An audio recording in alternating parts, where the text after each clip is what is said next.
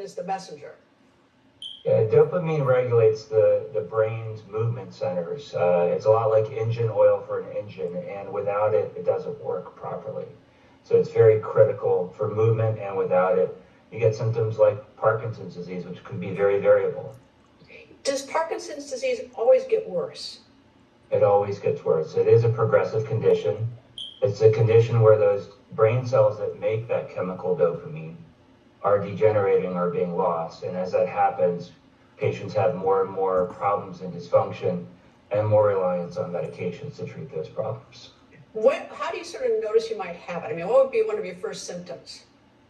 Well, early signs are very subtle and very common and not very specific. But when people are clearly generating symptoms for Parkinson's disease, they're slowing down. They may have a tremor at rest, not with action. So usually when they're sitting there, they might have a tremor in one hand that goes away with movement. They may have difficulty walking where their steps get shorter. They don't swing their arms very well. There may be a loss of expression in their face, but there's a lot of other symptoms that people will have as well. In doing my very cursory investigation, levodopa, if I'm pronouncing it correctly, is a medicine that's used by so many people, but it's a 50-year-old medicine. Correct. And I mean, what are its failings and what are its pluses?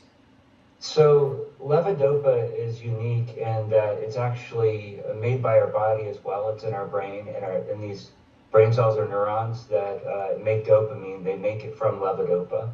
And so it's also a drug that can be given as carbidopa, levodopa, also called Sinemet, which, as you point out, has been around since the 1960s and 70s. It's great in that it works a lot like dopamine does in the brain because it gets converted into dopamine. It's not great because it doesn't last very long in the bloodstream. And when you become very advanced, it's hard to get steady levels of it. So you need something that lasts longer in more advanced patients. With this dopamine, there's something called receptors. They receive the dopamine, I take it by the word receptor. How many receptors are there that dopamine goes to? There's many, many receptors in the brain, more than neurons. So the neurons communicate with other neurons, and each neuron has many, many receptors on that neuron. And they're fine. The problem is really the neuron delivering the dopamine is what's being lost. And are there, are there different levels of dopamine that should go different places? And is it regulated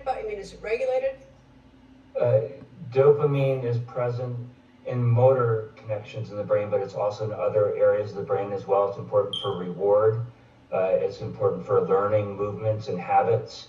And so also when you're affecting dopamine, you can affect other functions other than just movement. And when you say reward, it's what makes you happy, basically? Something. What makes you happy, what makes you want to do things, and motivation as well. And then also it helps you move. It's the oil, right? That keeps the smooth movements. Correct. All right, so does this drug, levodopa, send the correct amount to what makes you happy appropriately and what should make you move appropriately, or is it sort of an uneven distribution so it's harder to control?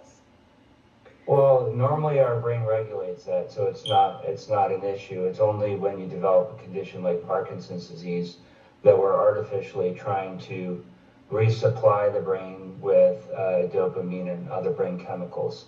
And that's where patients either get too much or too little, or often not a smooth delivery of medication.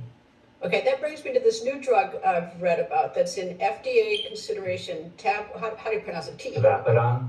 Tavapadon, yes, tavapadon. That has not been approved by the FDA, but it seems to be a major step forward from levodopa. First time in 50 plus years. First of all, is it a major step forward, and will it do anything different? It is. We have drugs like it, but not just like this, and it is fairly unique.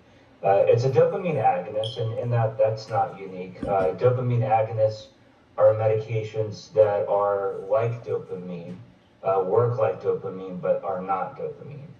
And that makes it unique because it's more stable. And this particular drug is a 24-hour drug where you can take it once a day. We have older dopamine agonists, and the older dopamine agonists have been around for more than 10 years, but they have lots of side effects. And they hit more than one dopamine receptor type.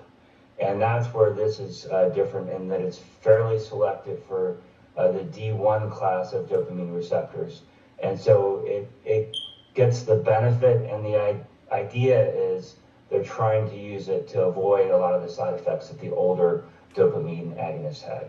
And of course, it's convenience once a day. Is this in your mind a major step forward in the treatment? It's not going to be a cure, but the treatment of Parkinson's.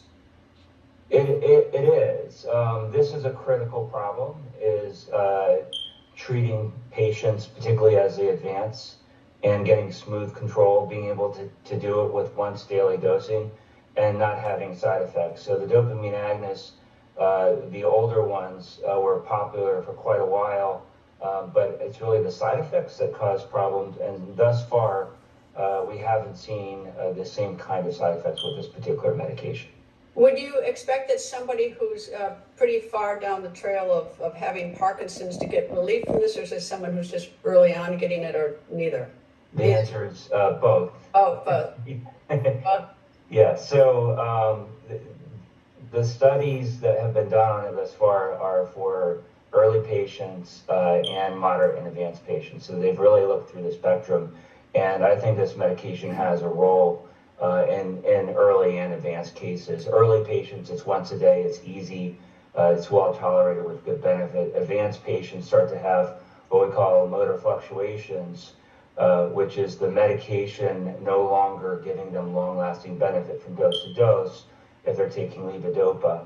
And because this is a very stable once-a-day dose, they have medication in their system 24/7 essentially, and not having motor fluctuations to that degree. Well, in my very limited study, it seems that you can have tremors, but you can also have something, tardive dyskinesia, which is almost like a swaying or something. Is this new drug likely to address both those symptoms of Parkinson's? Yeah, so tremor is one of the symptoms that you may have when you're untreated or undertreated, or even may still be present if the meds are working, but hopefully to a lesser degree. Not everybody even has tremor with Parkinson's. Everybody is slow. And you also speak to levodopa-induced dyskinesia, which is a kind of abnormal movement that happens typically when the medication is working well, actually too well. And so it's kind of an over effect of the medication. And the brain has trouble regulating between being off and slow and being on and too mobile when you have Parkinson's disease. This medication should be good for patients with that, in that it's smooth, it's long-lasting, and not a lot of dyskinesia was seen in these clinical trials. That was part of the goal, and it's very specific, again, in that it's targeting the dopamine D1 receptors, which is believed to have a different effect. There's two major pathways in the brain that relate to movement, and one is D1 and one is D2 based, and so this is hitting one pathway, not the other. And that is believed to be important as well in how it works. Would you describe this as an exciting new drug? Or, I mean, I don't want to oversell it, but it at least seems to me that this will bring a lot of hope for people. It will, and it's really one of the first novel, non-levodopa-based drugs that we've had in many, many years. We've had a lot of recent drug approvals of different formulations that just allow levodopa to work longer, really working on the delivery system, so extended release formulations. But this works completely different, and it's long acting. And the idea is that with that different mechanism, we should be able to target symptoms without some of the side effects. Well, that's very good news for a lot of Americans. Doctor, thank you very much, and thank you for your work. I mean, it's important to so many people. Thank you, sir. I thank you, Greta. Thank you.